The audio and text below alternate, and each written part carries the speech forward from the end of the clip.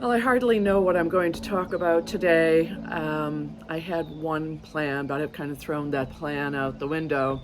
I was working on placing the notes for a hop jig that I showed on here that I was making up some little time ago, just a couple of months ago or even less, and I was putting it into the Sibelius program and thought you might like to take a look at that. So I'm going to add that on to today, but I just want to acknowledge the passing of just a great composer, Charlie Lennon. For you who are around the Irish music a lot, you'd know that name, and I've talked about Charlie on here, and he was just a great guy, a great guy, and very kind, very warm, and you were always glad to meet him. Maybe just because I'm over here in the States, that was pretty rare. Although I did get to meet him a few times. Maybe what's standing out in my head was him asking me to play the fiddle part for his island wedding when it was performed at Milwaukee with an orchestra there. And it was just so enjoyable learning the tunes to the island wedding. And that's in his first book of tunes. I think it's the first book. And then also Dave Flynn, great guy as well, guitar player, asked me and Marcin O'Connor to do a little tour, a composer's tour, in Ireland a few years back. And on a couple of occasions we would pick up another composer, and Charlie was one of those. Tommy Peoples was in another spot when we did Donegal, but we had Charlie for a couple of gigs, and so great hanging with him. In any case, a great composer. He's composed so many wonderful tunes, and his legacy is just going to go on and on. I thought I would just go ahead, and if anybody doesn't know this tune, this is a big tune from Charlie that was called Kilty Town. And even though I know a lot more Charlie tunes, I think about how spectacular a showpiece this tune is for the fiddle and the flute, because the first place that I heard it was on a Frankie Gavin album. I know there was an Irish name for this album, but basically the words meant up and away. So it's on that Frankie Gavin album where he overdubs himself. He's playing the fiddle, but he's also playing the flute, and it's Charlie on the piano and sometimes Ringo McDonough on the bodhrán. Anyway, a spectacular playing of that tune of Charlie's. Charlie himself recorded it sometime later, but I think Frankie recorded it first. And boy, we were all, just blown away by what was in this tune. So I'm just going to play it slowly through, and I think I'm going to attach that connection to Frankie playing that along with Charlie Lennon on the piano. Here's the tune.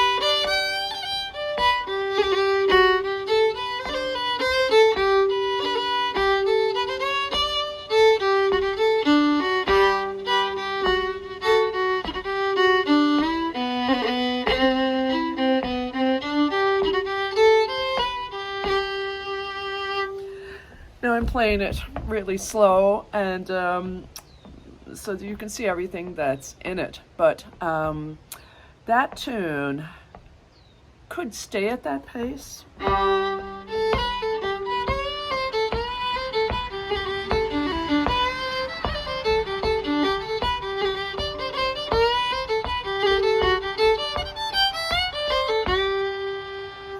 I'm giving it just a few notes there. But when I say that it was spectacular, the pace they took it at was more like something in here.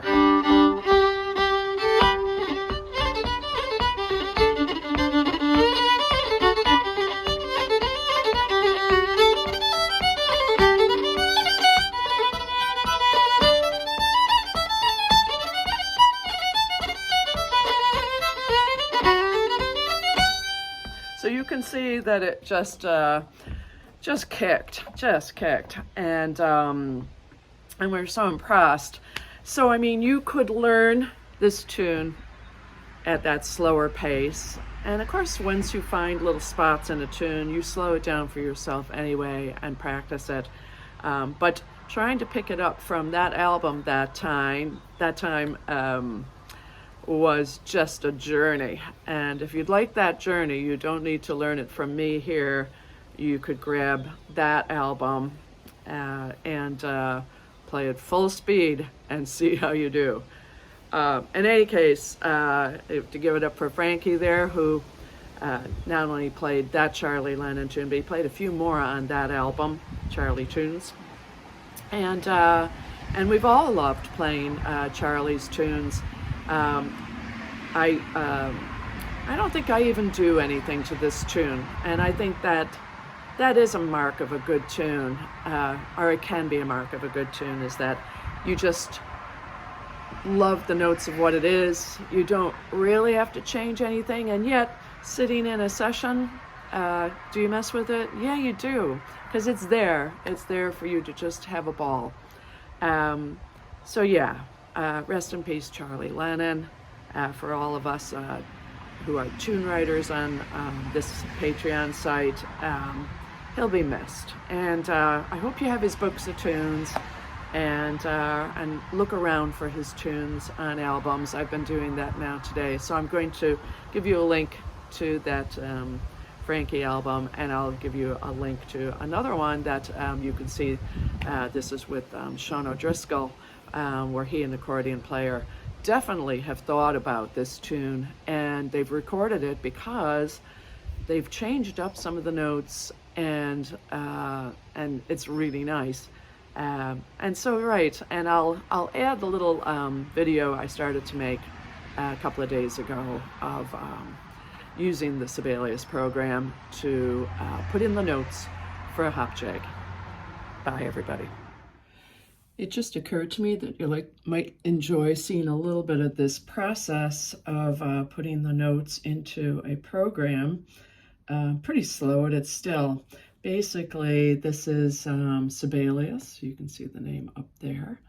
And I'm putting in the hop jig that I was showing you guys a few weeks ago, and I see this as a middle part of this quartet that I think I also mentioned that I'm working on for a festival in Rockport, Massachusetts. My friend there, Maeve Gilchrist, asked me if I would write some music to be done by a quartet out there, which is called Rasa Quartet, and that Jeremy Kittle would be the one arranging this for that instrumentation. So I'm having to be bold now and just really decide what are the notes of my tune. So I'm coming along, and I'm coming to the third part. So let's see. Dun, dun, da, da, da, da, dun. I'm gonna grab an eighth note. Da, da. Oh, actually, hang on. Oopsie-daisy. Let me get rid of that. Okay, and I'll get rid of that. So dum, dum, da, da, da, dum.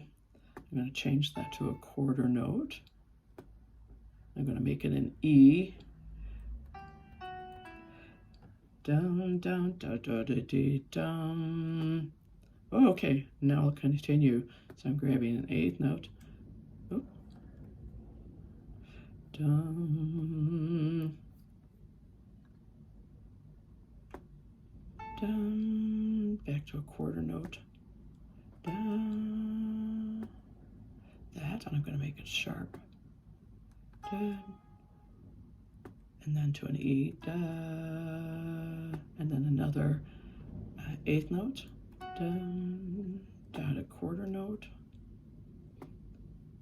There we go. Next. Dum.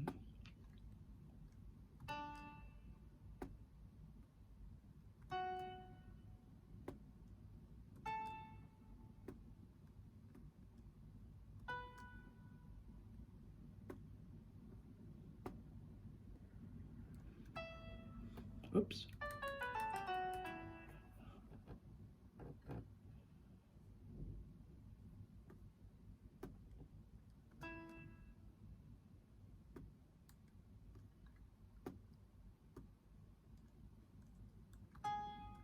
So I've got dum dum da da da dee dum da da dee da dee dum dum dee da dee da da dee, and then I'm doing a little group of eighth notes, B A G, and then oops.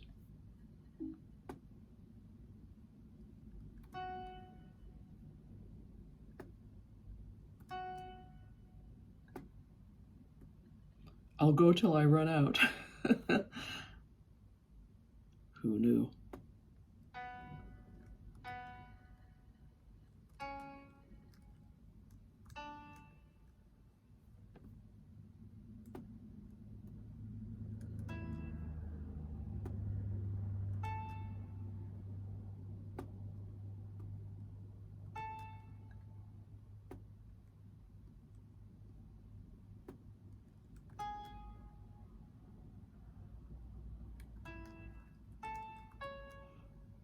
And then I'm doing 2 dotted quarter notes next.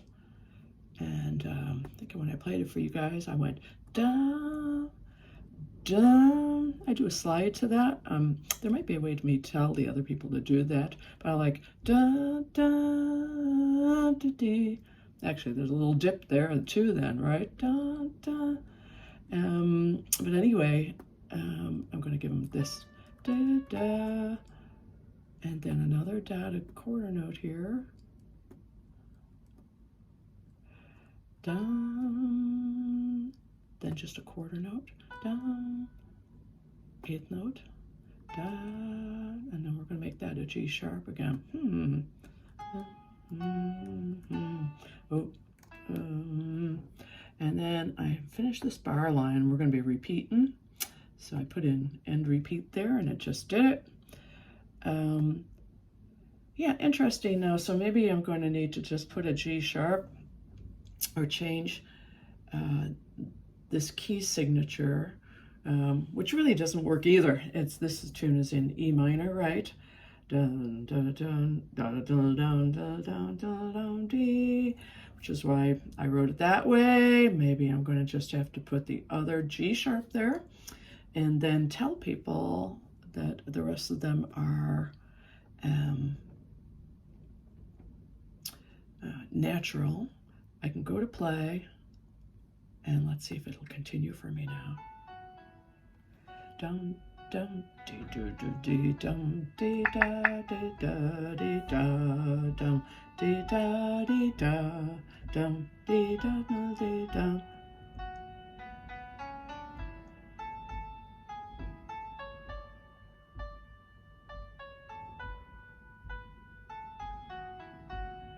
Then did the repeat since that was there. There is a second ending to this third part, so I'm going to have to stop and then I'm going to add that.